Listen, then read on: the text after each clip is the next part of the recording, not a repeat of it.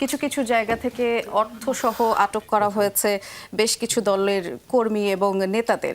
এই যে ভোটের দিন বা ভোটের আগের দিন অর্থ লেনদেনের অভিযোগ একটি উঠছে, এটি কি মনে হয়? এতদিন আপনি নির্বাচন দেখছেন, এটি কি নতুন কোনো প্রবণতা নাকি দীর্ঘদিনের রাজনৈতিক সংস্কৃতির অংশ? তো আমার অভিজ্ঞতা থেকে আমি বলতে পারি যে 91, 96, 2001, 2008 সব সময় রাতে কিছু টাকা পয়সা লেনদেন হয়। এটা একেবারে অবধারিত, কারণ খোঁজ পাওয়া যায় না। তো এখন আপনি রাত্রে 1টায় 2টায় মফস্বলে বহু দূরে রিমোটে, আবার দুই এক সময় আমাদেরকে খবর দিলে আমরা রাশ করেছি, কিন্তু কাউকে পাই নেই, কারণ তারা তো সরে যাবে যে আপনি আসছেন টের পান।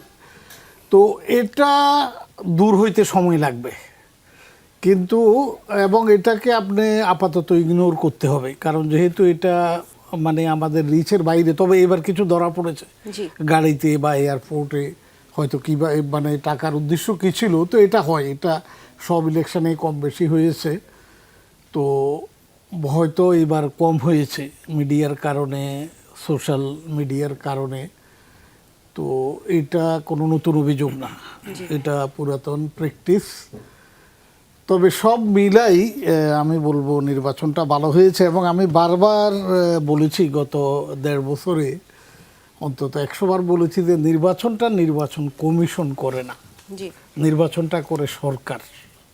নির্বাচন কমিশন পেপার ওয়ার্কগুলো করে, তাদের ভূমিকা আছে। যেমন যেটা প্রশ্ন উঠেছে ঋণ খেলাফিকে তারা, দ্বৈত নাগরিককে তারা এই করেছে, ওগুলোর জন্য তারা দায়ী। কিন্তু ইলেকশনটা মাঠে কন্ডাক্ট করে সরকার।